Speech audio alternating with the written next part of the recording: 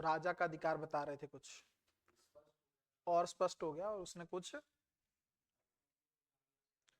मतलब कहने का मतलब सिंपल सी बात ये है कि पूर्व वैदिक काल में जो चीजें शुरू हुई थी वो धीरे धीरे स्ट्रांग होने लगी।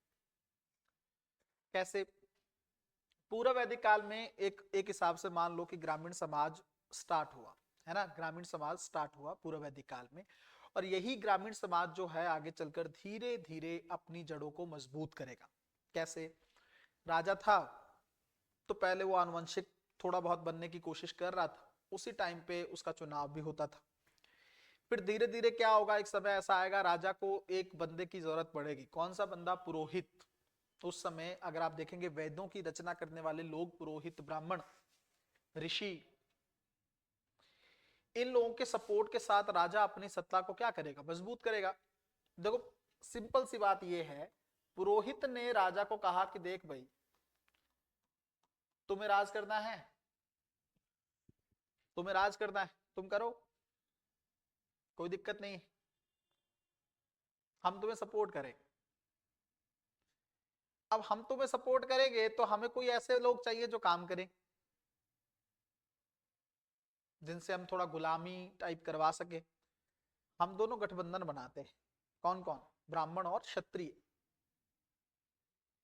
वैश्यों से टैक्स लेंगे, किसानों से काम करवाएंगे। तो राजा लगा यार समझ में नहीं आ रहा कुछ। बोले कोई नहीं, एक दो दिन सोच लो, बता देना मेरे को। फिर राजा ने जब बहुत ज्यादा सोचा तो फिर मिले, तो सोच ले, बोले हाँ ठीक ठीक लग रहा है तुम्हारा काम। बोले ठीक नहीं, मजेदार है तुम्हारे लिए, तुम्हें सपोर्ट करेंगे हम। कोई भी चीज है स्टार्टिंग में इक्वलिटी के बेस से स्टार्ट होती है। समानता थी समाज में पूर्व वैदिक काल में, सब लोग मिल बांट कर रह रहे हैं, संयुक्त परिवार प्रथा है, बड़ों का सम्मान है, पितृसत्ता है बट बहुत स्ट्रांग नहीं है। धीरे धीरे ये पितृसत्ता क्या होगी? स्ट्रांग होगी। ये उत्तरवैदिक काल में हुआ। पिता ज्यादा मजबूत बनने लगा, मतलब ज्यादा उसका क्षेत्र, परिवार पे उसकी पकड़ ज्यादा मजबूत होने लगी। जैसे सेम राजा ज्यादा मजबूत हो रहा है। राजा ने अपने आप को कुछ उपाधियों से भी कर दिया, एकराट, सम्राट, पृथ्वी का स्वामी। तो राजा ने पुरोहित को कहा कि देख भाई, तुझे मजे तो बहुत दे रहा हूं मैं, पर मेरी महिमा और बढ़नी चाहिए,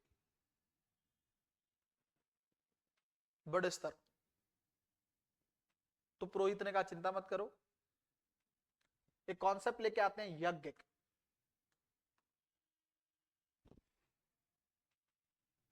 इससे तुम्हारी महिमा और बढ़ जाएगी। तो कैसे? बोले एक अश्वमेध यज्ञ, उससे जहां घोड़ा जाएगा तुम्हारा ही क्षेत्र होगा। तुम्हारी शासकता को बेटर करने के लिए एक राजसूय यज्ञ करते हैं। उसमें यह होगा कि तुम कितने महान, तुम्हारे जैसा महान नेता नहीं है कोई, राजा नहीं, तुम सर्वोच्च शक्ति हो। इसे लोग आएंगे देखेंगे और कहें अरे वाह। एक मजेदार बात और बताऊं, ये जो यज्ञ थे ना, इसी से आगे चलकर राजा की क्षेत्रीय पकड़ मजबूत होगी। आप कहोगे सर मुझे समझ में नहीं आया, मेरे दिमाग में ऊपर से निकल गया। कोई दिक्कत नहीं। मैं अगर कोई बड़ा यज्ञ करूं और उसमें पूरी दिल्ली के लोगों को बुलाऊं कि डिलाइट आईएएस लॉन्च हो चुका है, तो आएंगे लोग। मान लो भंडारा अगर बड़ा रखूं मैं, चाहे कर्जा ही लेना पड़े,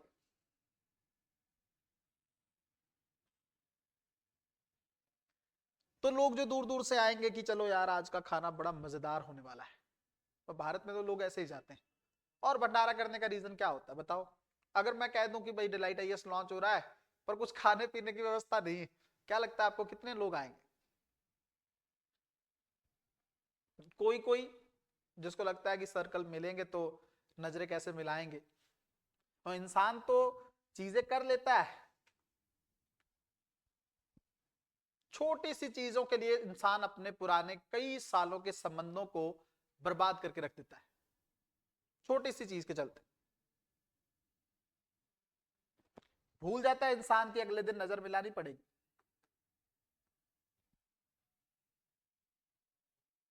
जाओगे कहां? मैंने कई बार कहा है, जहां जाओगे ना हमें ही पाओगे। आप कहोगे सर आप परमात्मा थोड़ी हो, ये तो बात सही है, बट यूपीएससी की जो दौड़ है ना वो आपको मेरे तक ले ही आएगी, या किधर भी भाग लो। मैं तो खुलेआम कहता हूं चुनौती खाओ जीवन के धक्के, फिर लौट के आओ। मैं तो कहता हूं जाओ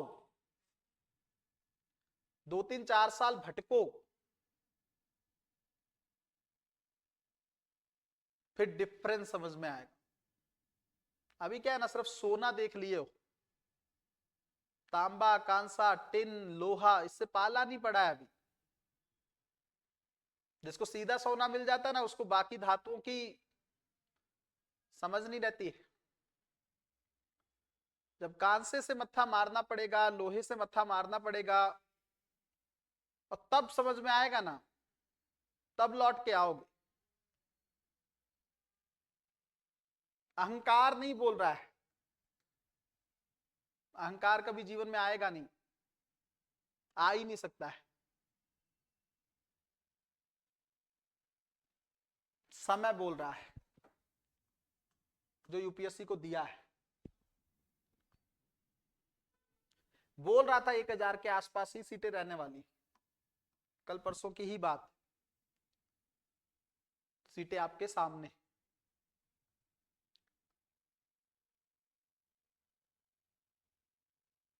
बोला था 1-1.5 साल पहले कट ऑफ पर 75 रहने की, वहीं रहने वाली।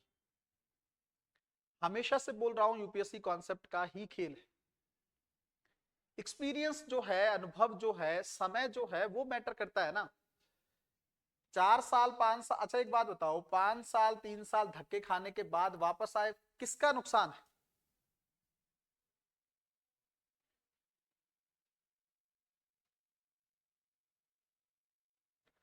लेट समझे उसका क्या मतलब है?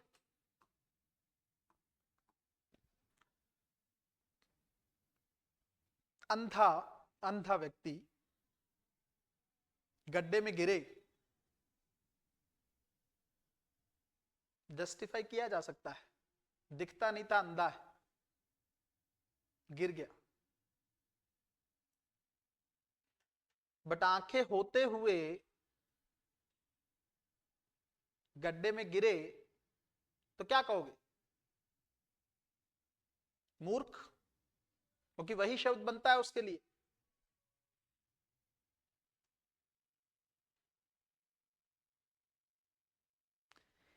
जीवन जो है सिंपल सी बात इस चीज को लेकर ये है कोई भी व्यक्ति धीरे धीरे अपनी सत्ता पर पकड़ जो है वो मजबूत करता है। उसने कहा कोई दिक्कत नहीं है, तुम्हारे लिए बड़े बड़े यज्ञ आयोजित किए जाएंगे, तुम्हारे नाम की महिमा होगी।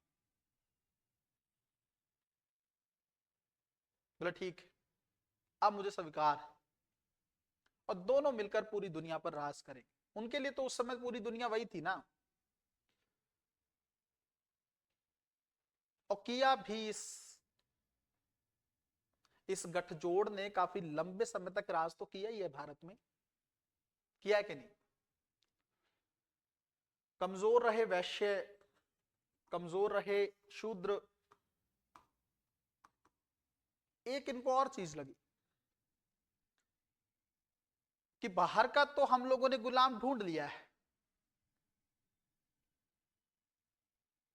शूद्र चंडाल सेवक रहेंगे हमारे, हमें घर के भी गुलाम चाहिए। और घर का गुलाम को किसको बनाएंगे? महिला को।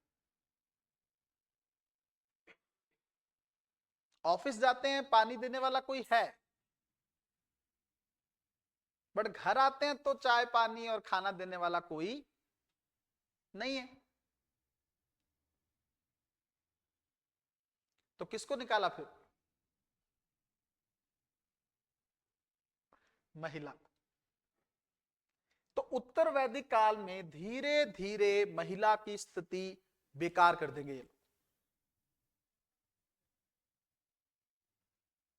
बोले घर के चार दीवारी के अंदर रहो।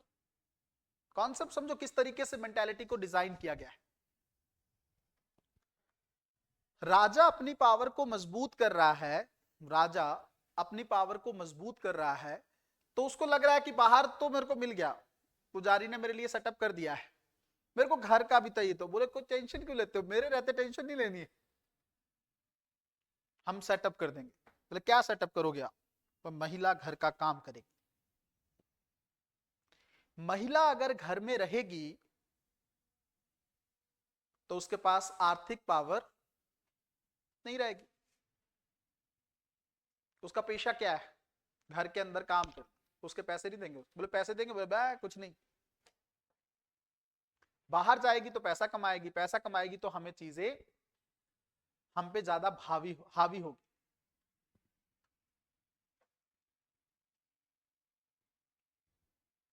और हमें हावी उसको होने नहीं देना। वहां से महिला को कमजोर किया। आप सोच के देखो, जब तक भारत में संविधान नहीं बना है, लागू नहीं हुआ है, तब तक महिला की स्थिति दयनीय रही है भारत में। और ये दयनीय खराब होते होते होते कुछ ज्यादा ही खराब हो गई। स्टार्ट वहां से हुआ था, पूर्व वैदिक काल का अंत होना और उत्तर वैदिक काल की शुरुआत होना। और क्या ईयर पढ़े हो आप लोग? मान लो 1000 ईस्वी पूर्व, और वहां से लेकर आज क्या चल रहा है, 1950 तक आए हम लोग, संविधान लागू। तो लगभग लगभग मोटा अगर देखो तो 3000 साल तक महिला के साथ हरासमेंट हुई। यही हरासमेंट आगे चलकर और बढ़ जाएगी, जब गुप्त काल में ये कहेंगे कि इनको मार भी दो अगर इसका हस्बैंड मर गया है। सही बात है। स्टार्ट वहां से हुआ है, अब चीजें आगे बढ़ाते चले जा रहे हैं। मन अभी भर नहीं रहा है, अब इसको जिंदा कर दो, अब इसको जिंदा रहने का भी अधिकार मत। यही हरासमेंट और बढ़ने लगेगी जब बाल विवाह का कॉन्सेप्ट आने लगेगा। बचपन में ही बांध दो इसको, अपनी मर्जी रहे ही ना।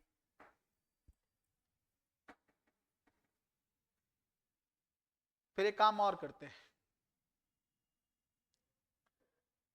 इसको राजनीतिक पावर नहीं देंगे, इसको सत्ता में नहीं आने देंगे। जो घर से ही नहीं निकल रही वो राजनीतिक सत्ता तक कहां पहुंचेगी? हाँ विवेक, ज्यादा जरूरी है ये कि, या मैं ऐसे ही बोल रहा हूं?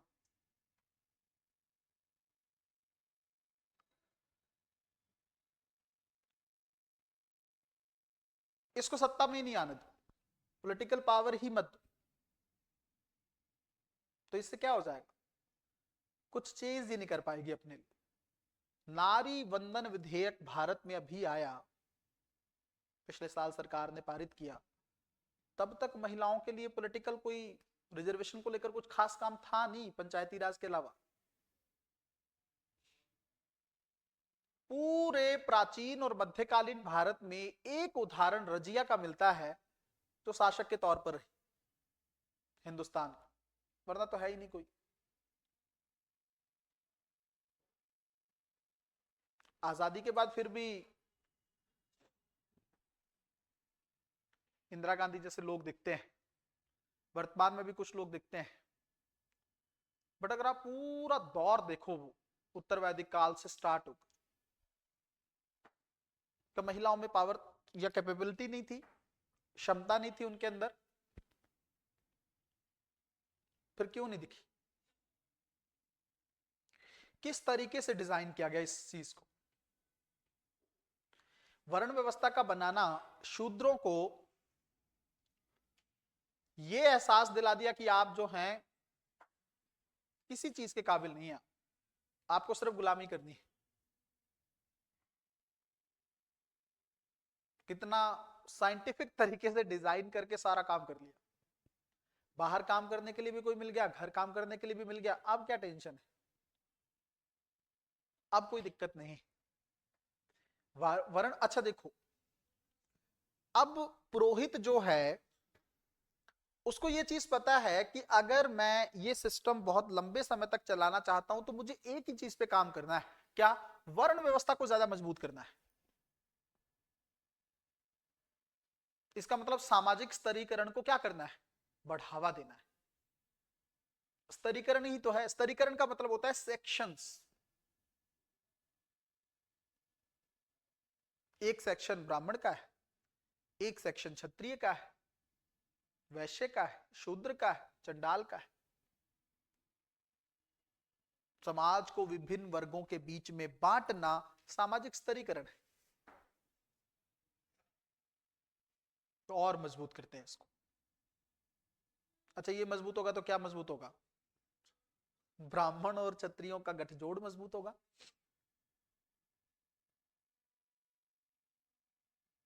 यही तो मजबूत होगा। और जितना लंबा इनका गठजोड़ मजबूत रहेगा उतना बेटर रहेगा नीचे वालों पे कंट्रोल करना। लेकिन अभी तक भी राजा इतना प्रभावी नहीं था, या राजा के पास इतने बड़े वित्तीय संसाधन नहीं थे। टैक्स लगाने लगा वो थोड़ा बहुत, किससे? वैश्य से। बट इतना तो संसाधन नहीं है कि सेना रखे भाई। अभी भी वो अवॉइड कर रहा है सेना, कबीले वालों से ही लड़ते हैं। कबीले के स्तर पर जो सेना प्रोवाइड होगी बस वही हमारे लिए मैटर करती है, बाकी चीजें मैटर नहीं करती। तो मोटे मोटे स्तर पर अगर आप लोग देखोगे, भौगोलिक स्तर पर बदलाव देखने को मिला, राजनीतिक स्तर पर राजा की क्षेत्रीयता मजबूत हुई, क्षेत्रीय शक्तियां अब धीरे धीरे उदय होने लगेंगी, राजा आनुवंशिक रूप से और ज्यादा मजबूत हुआ है, औरतों की स्थिति और खराब हुई। डिस्कस करने वाली चीजें और अब देखो ध्यान से समझिएगा, अगर कोई ये कह रहा है कि ये जो सभाएं, जैसे मान लो हम लोगों ने कहा विदत जो है मोटे तौर पर हम लोगों ने बात की थी कि जनजातीय सभाओं का महत्व कम हो गया। तो विदत क्या थी? एक जनजातीय सभा थी। अगर मैं ये कहूं कि कोई डिसीजन 10 लोग मिलकर ले रहे हैं, 10 लोग मिलकर ले रहे हैं और वो ग्रुप एक टाइम पे खत्म कर दिया, इसका मतलब डिसीजन अब कौन लेगा? मैं ही लूंगा, एक बंदा लेगा। तो क्या क्या हो रहा है फिर? यहां पे केंद्रीकरण की प्रवृत्ति देखने को मिल रही है। यही केंद्रीकरण का बड़ा और व्यापक स्वरूप आपको महाजनपद काल में देखने को मिलेगा।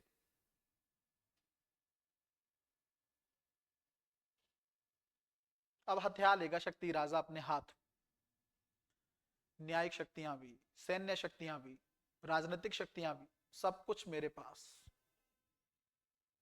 और ये सिस्टम ऐसा चला जो राजशाही तक चलता ही रहा। औरंगजेब के पास फुल पावर थी। औरंगजेब क्या, सभी राजा न्यायिक व्यवस्था खुद करते थे। काजी वाजी से पूछ लेते थे, बट अधिकार तो राजा के पास ही था। राजा अगर चाहे किसी को मरवा सकता है, कोई दिक्कत नहीं। आज तो भारत में व्यवस्था है, कानून बनाने की पावर किसी के पास, नीति बनाने की पावर किसी के पास, दंड देने की पावर किसी के पास। बट उस समय व्यवस्था देखने को नहीं मिलती।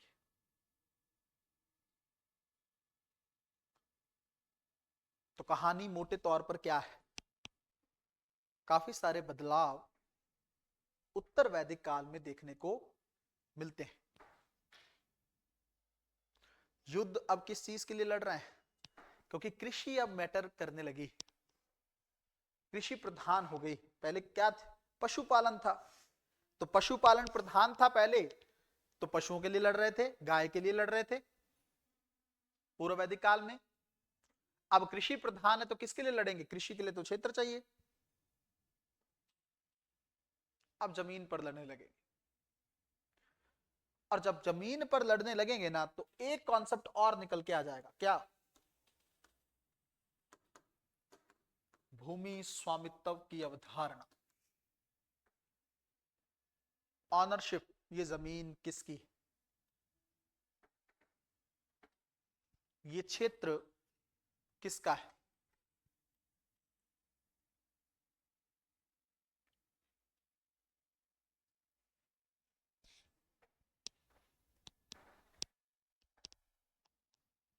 लोहे के का ज्ञान होना साम्राज्य को बढ़ाने में बहुत बड़ी भूमिका निभाए। अच्छे अस्त्र तैयार होने लगेंगे, अब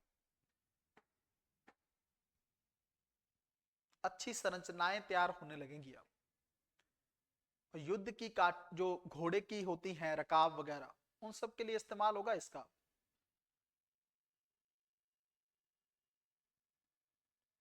तो सिस्टम जो भी हुआ है सिस्टमैटिक तरीके से हुआ है, ऐसा नहीं है कि उसमें क्या कर रहे थे इसमें क्या कर, नहीं, सिस्टमैटिक तरीके से प्रभावी होता है हर इंसान। उसी तरीके से व्यवस्था भी सिस्टमैटिक तरीके से ही प्रभावी होती है। बट क्या हम ये कह लें कि स्टेट क्रिएट हो गया था?